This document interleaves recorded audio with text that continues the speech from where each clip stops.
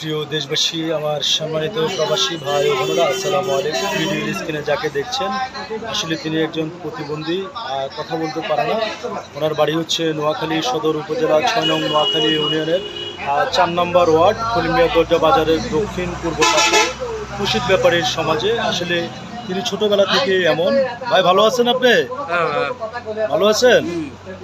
দর্শক, আসলে কথা বলতে পারে না এই মুহূর্তে দেশ এবং প্রবাস থেকে যে যেখান থেকে দেখছেন, যদি আপনাদের কারো দয়া ও মায়া হয় তাহলে ওনাকে একটু আর্থিক সহযোগিতা করবেন সবাই। আসলে তার থাকার ঘরটাও ঠিক মতো নেই। প্রিয় দর্শক, দেখতে পাচ্ছেন আসলে সে আমাকে মান্নানগর চৌরাস্তা বাজার দেখার পরে একেবারে জড়িয়ে ধরেছে।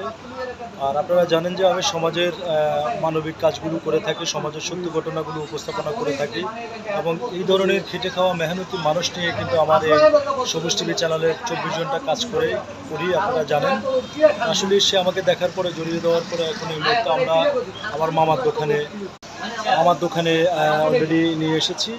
মানে এখন যা খেতে চাচ্ছে, রুটি খেলো, চা খেলো, এখন খাওয়ালাম। আপনারা দেখছেন যে আসলে সে তেমন একটি কথা বলতে পারে না। আপনি ভালো আছেন ভাই? হ্যাঁ ভালো। ভালো আছেন? হ্যাঁ ভালো। কি খেয়েছেন আপনি? কি খাচ্ছেন?